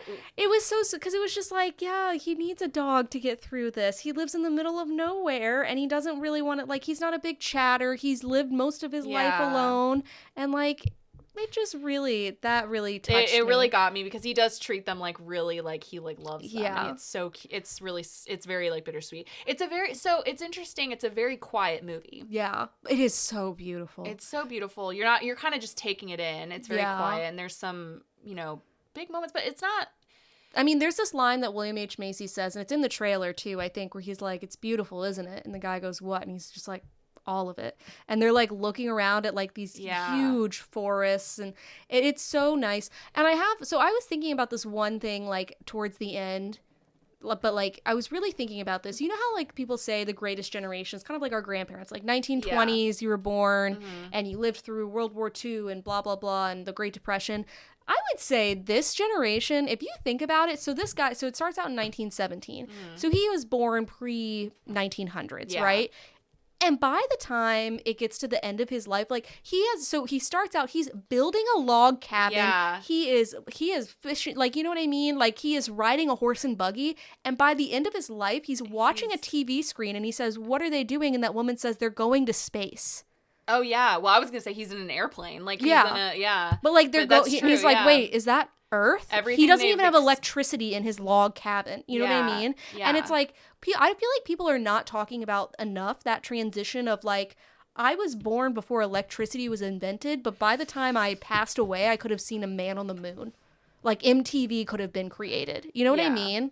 Like that's like, people I don't think are talking about that. I think, like, the 19th, or I guess the 20th century is such a transitional century. Yeah. Before, and it's more than I think we have now, more than any other. And it's like, because he spends so much time in the forest, and then towards the end, you see him, he's going to the movies, and you can see, like, the neon lights lit up and stuff, and it's just like, wow, like, that's crazy. Everything. I will say, so I do think, like, I will be honest, even as, like, I'm saying it's a, you know, we're talking about it, some of it did kind of bore me, because it is, like, a very slow movie, and I wasn't expecting that, even though the plot of it is literally about a man who, like, builds train tracks in the forest, and it's like not a necessarily, like, super exhilarating plot line, but it is, or plot, but, so I was kind of, the whole movie, I was like, this is really slow. By the end of it, I was like, that was one of the most beautiful movies I've ever seen. It was like the last scene, I won't spoil it, but he's like, whatever, it's not really a spoiler, but he's like in a plane. Yeah. And he's like, he's having like a vision of all of his memories and going by. And it really touched me. Like, it was really beautiful. I was like literally crying. Yeah, like, it was that really got me. That's like, sometimes a movie will wrap up and that's when I'm like, wait, was that like actually an amazing movie? Yeah, it's an amazing film, I think. It was really and good. I mean, again, it's an hour and a half. And I also, in the beginning, so there's like this voiceover that's him, which I said in the last episode, I'm like anti-voiceover usually, but I liked this. Yeah. But it reminded me in the beginning of the Notebook, where the voiceover's like, I just am a simple man who wants to live a simple life. And he says something like a kind of along that lines, and then he goes on to have like a crazy love relationship, whatever. Mm-hmm. But in this one, it's like, he was a simple man who led a simple life, and it was beautiful. And that's basically the whole thing. And I was just like, that's amazing. Yeah. And it's also like crazy because they talk about like, you think about like all these trains that, like, train tracks that these men have built, and it's like people have like lost their lives over, or like, you know, like lost limbs or whatever. And there's one where he's like, yeah, like, we spent like months building this, and they said it was the greatest creation. And then 10 years later, they built one out of cement and steel. Yeah. And it's like, damn. But it's crazy to think of these people like building these. It's like an insane thing. I know. It's an amazing movie. I really liked it. It was. I'm glad I watched it. I'm glad you did too. Because again, I didn't really know how to talk about it just by myself. Like, it's hard to kind of convince. Yeah. Like, it's hard to not have a conversation about it. I was like, should I hike?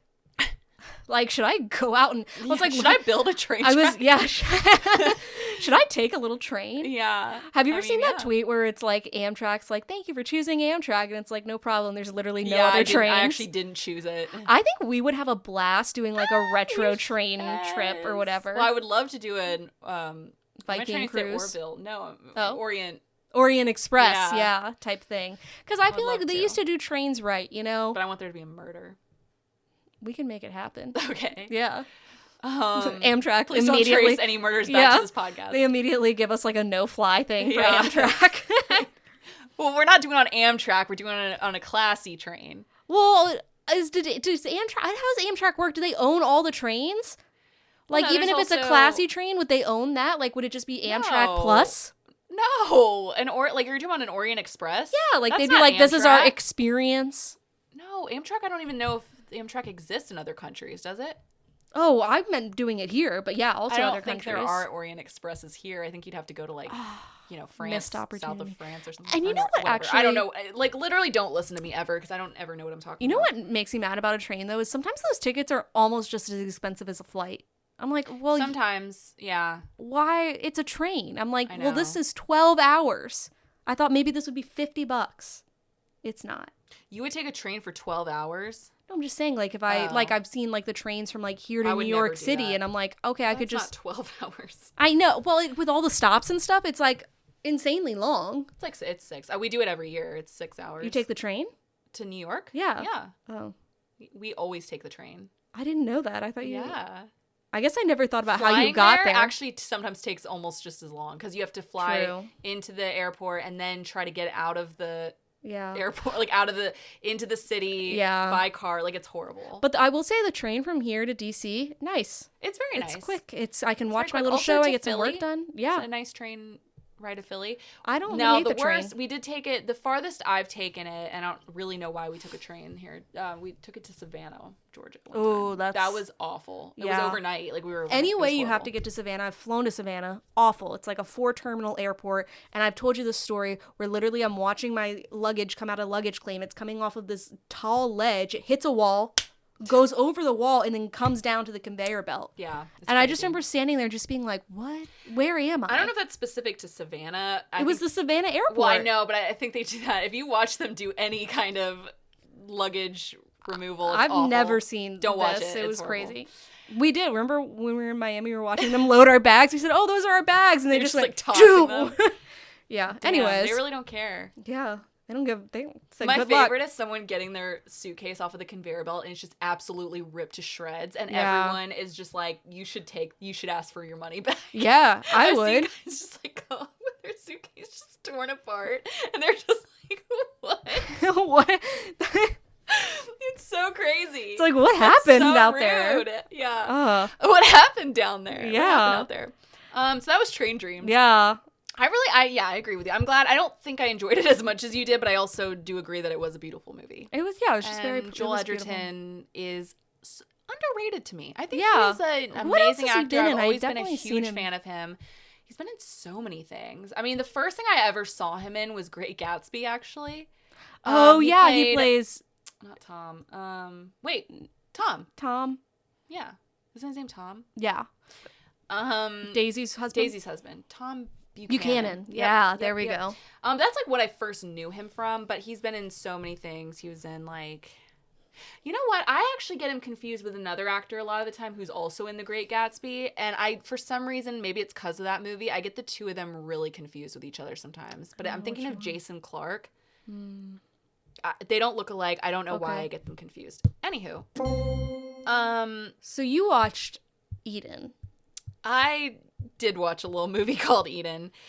And I'm shocked you watched this because it came up when we were browsing Netflix and you were like, I heard that got really bad reviews, but it's got so many good actors. Actually, I'm not shocked as I'm saying this sentence. As you said, but like you said, you were like, but it got really good reviews. And I was like, bad reviews. Okay, so let me get into this because, so I watched it this weekend.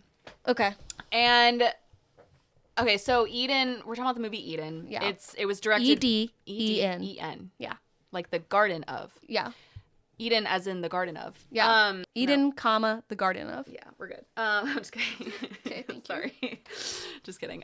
Eden, so it's directed by Ron Howard. So you know, I'm not sure what happened there. But Ronnie boy. Yeah, it was directed by Ron Howard. It stars Jude Law, Vanessa Kirby, Daniel Bruhl. I think that's how you say it, yeah. Sydney Sweeney and Ana de Armas. I'm gonna say Ana de Armas. Matthew came into the room while I was watching this, and he, with like the best acts, like he said it perfectly. Goes, "Is that Ana de?" Like, and I was like, "Yeah, it is, Matthew." Like he knew all. He really likes her. Everyone does. She's like the hottest. But I've never. He pronounced it. I've never known how to say her name. I think it's Ana de Armas. Sorry. I've only heard people say Ana de Armas. You're probably right. I don't, for some reason I get nervous when I suddenly have to say someone's name. I feel and then I just completely screwed up. That's how I feel about a quinoa. Anyway, but okay, so I want to start out by saying it's a super interesting story. Okay. So basically it's based on a true story of European settlers, mostly German, who arrive on the isolated Floriana Island, and it's in the Galapagos Islands. Pre-World War II, and they're like hoping to start a life there. So basically Jude Law is this German philosopher and physician. He was a real person. His name was Friedrich Ritter. Okay. And so oh my god, I know about this story. Yeah. Is this the one where they have to take her teeth out? Oh, I was gonna say, Alexa, there's some teeth extraction. Yes, I think I've mentioned this to you before because it was on an episode of My Favorite Murder. Oh, okay. So you might know this whole story. It's crazy. It is a crazy story. I forgot they were making this movie. I did want to see this. Okay. Well, I didn't know this was it. So there might not be. Okay, so and then his wife is played by Vanessa Kirby, and they flee. And I love the actors in this. It's a great cast. They flee Germany. They're living in the Galapagos, and he's working on his manifesto, which is I think it's being published in a newspaper in Germany because people find out about him. I think that's what it is. Somehow it's being published because this family Now, again, a German family played by Daniel Bruhl, and his wife is played by Sydney Sweeney. And Daniel Bruhl has a son. It's not Sydney Sweeney's son, but it's like from another marriage. He's like, 9 or 10 or something. Yeah. The three of them move there. And Sydney Sweeney's very much like, she's his wife. She's kind of just doing what he wants to do. She's very quiet. She's very like modest and like kind of a little mousy. Okay. She does do a German accent. It's not bad though. Okay. I said this might be some of Sydney Sweeney's best acting I've seen. Okay. And so because they've been reading them like, Jude Law's character's stuff, and they want to live a similar life. So yeah. Basically, they show up immediately, Jude Law and Vanessa Kirby, because they've been living in isolation, and like, so their quiet life of solitude and peacefulness is now like messed up by this family showing up, because they're like, hey, like, we're here, yeah, like, we're ready to party, yeah, and they're like, we're such big fans, like, whatever, and Jude Law's like, please get out, and so they're basically like, you are going to go live somewhere else. We're going to set you up. But they're like, they're going to fail and they're going to die because they won't know how to live, And actually, they're kind of weird about, like, they're very rude. Yeah. Both Jude Law and Vanessa Kirby are like not good vibes from them. Right. Okay. Like, they really want them to, because they've like, they're growing a farm, and there's wild animals, like all of these wild boars, like wild dogs. It's the Galapagos. Cows. Yeah. And so you kind of have to be like, it's hard living. Yeah. And they're literally living like and I think nowhere. like, and I don't know if this is in the movie, but I think in real life the wife like has MS. Yes, and yes, she has MS. So she's like struggling to like live in the wild. Exactly. And he's an asshole to her about it. They're like, yes, and so their whole thing is like meditation will like help her, and she's kind of like, at first it's very much like the two of them are like, on the same page, and they're very like, and this is our home that we've built, and like, you will never survive what we've done. Right. But they're wrong. Like, this family, they put them in this like, they set them up to fail, but they actually are very self-sufficient, and they build this life there over the next year. Sydney Sweeney ends up pregnant, which like, they're kind of like, what? She asked them to deliver the baby. She asked Jude Law if he'll deliver the baby, and he's like, no. Yeah. Like, he kind of sucks. Yeah. He sucks. Because he's a doctor, so she's like, will you help me? And he's like, why would you bring a baby into this life? Right. True. Kind of true. Yeah. But still, like, they're happy. They're a positive kind of young, like, couple. And, well, she's young at least. Yeah. Anyway, so they, meanwhile, so they're all building this life together separately, but like, they're both living there. This Baroness, who's played by Anna Daramis, she shows up with her like troop of men. I remember this. Yes, and she's a Baroness. She's like she's not actually a Baroness. She just calls herself that. And she comes in, like, literally they're lifting her, like, they're coming out of they're off their yacht, and they're like lifting her, like she thinks she's this like queen. Right. And she shows up, and she's like, hey, like, we're here now, and they, there's kind of like a whole thing with that, and we'll get into spoilers, but like, they knew they were coming, so they set them up. They're like, we'll place you on the land that the other family lives on. So like, the family has built this, I'm talking about like Sydney Sweeney's family. Yeah. They've built this like home for themselves. They've worked really hard to like build this and build a garden, like whatever. And then meanwhile, like, Anna and her men, she has like multiple men, like she's like a threesome relationship, and they just come in with their like, basically they're like glamping on their property. Okay. And she has this plan to build this like lavish hotel. Yeah. And so I won't get into too much more, but there's like murder, there's betrayal, it's like about their survivalists, it's like survival of the fittest, and yes, there's some tooth extraction. So I think about this tooth extraction once a month. It actually wasn't a huge scene in the movie, to be honest with you. Okay, tell me where this diverges. But in, like, reality, I think what it is before they go to the Galapagos, the guy's, like, actually a dentist or something, and he says, hey, we're going to be in the Galapagos. There's not, or, like, he's, I guess, a doctor or whatever. He's he's a physician. Yeah. He's like, we're going to be in the Galapagos. There's not going to be a lot of dental care. So you don't want to have your teeth there because, like, they're going to fall out. You know what I mean? And, yes. Okay, yeah. And so his wife is kind of like, yeah, that makes sense. So he's like, let's pull them out.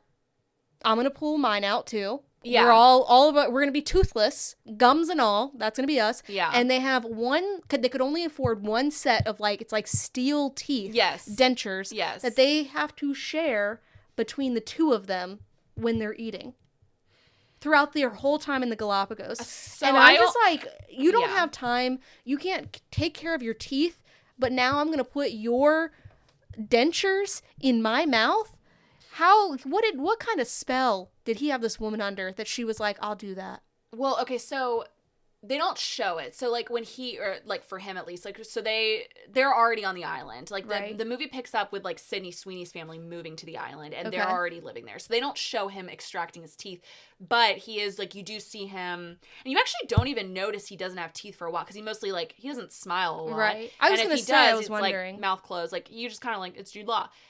But he does, when he's eating, he does wear the dentures, teeth thing. yeah.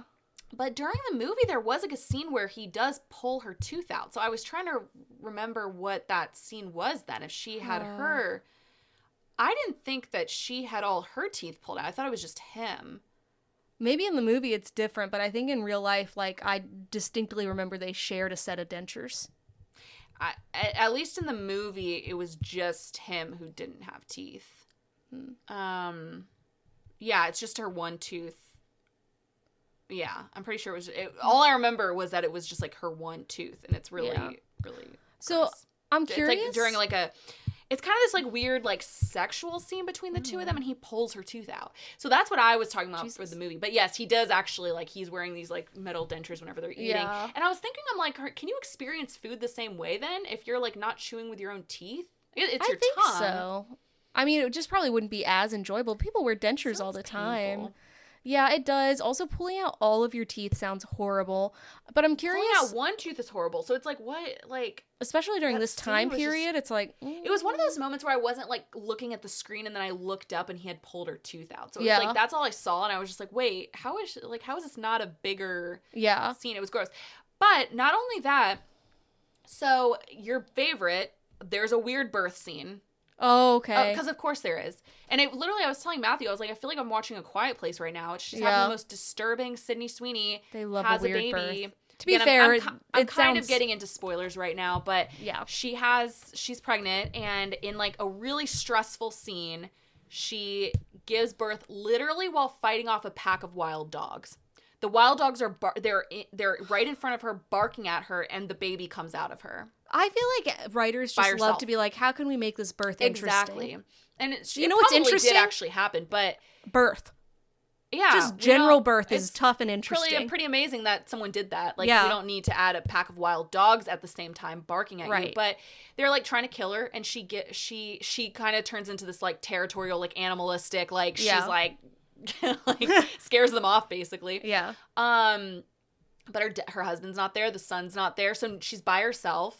No one's helping her. I mean, to be fair, getting birth in the middle of the Galapagos sounds terrible. Wasn't smart on their part to wait until they get there. Well, I think she was pregnant when they were on their way. But still, I'm like, why would you do that? Why? Interesting. So I'm curious, do you think it got bad reviews because it was a bad movie, or do you think the plot just sounds bonkers? No, here's what I think. So I'm going to say this is a tough one to review, because honestly, like I just still don't know how I feel about it, even after watching it, because while I was watching it, I kept going through different stages of, like, do I like this movie? Do I not? Like, I kept kind of being, I was like, this is a kind of a crazy plot line, and it is based on a true story.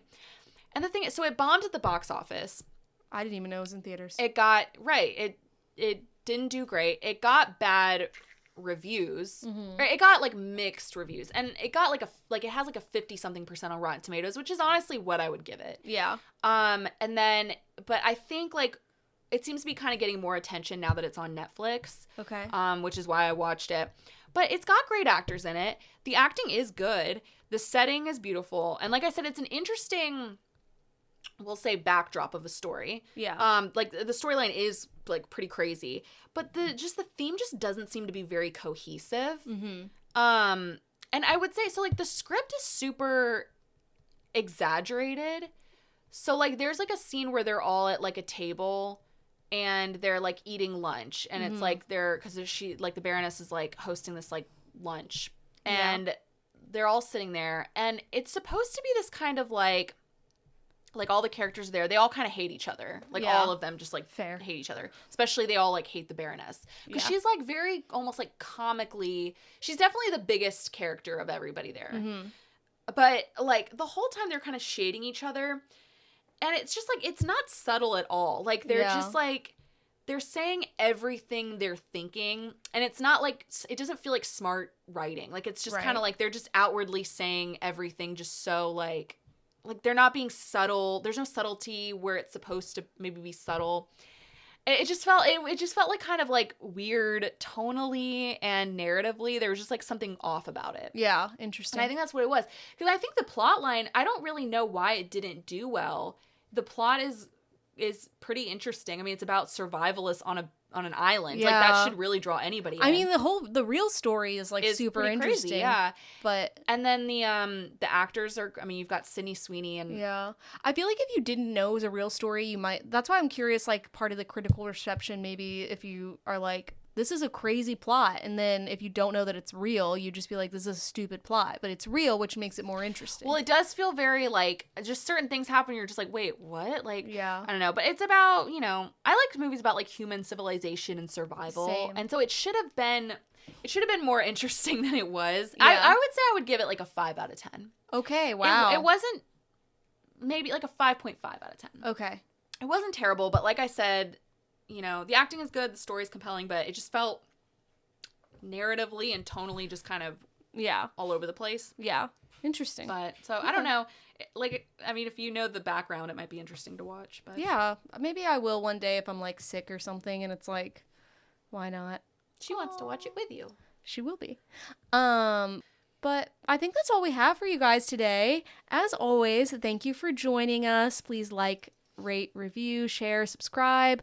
Please share this with anyone else in this world. Please. We want to get more friends. We want to add more people to our club poppin' in.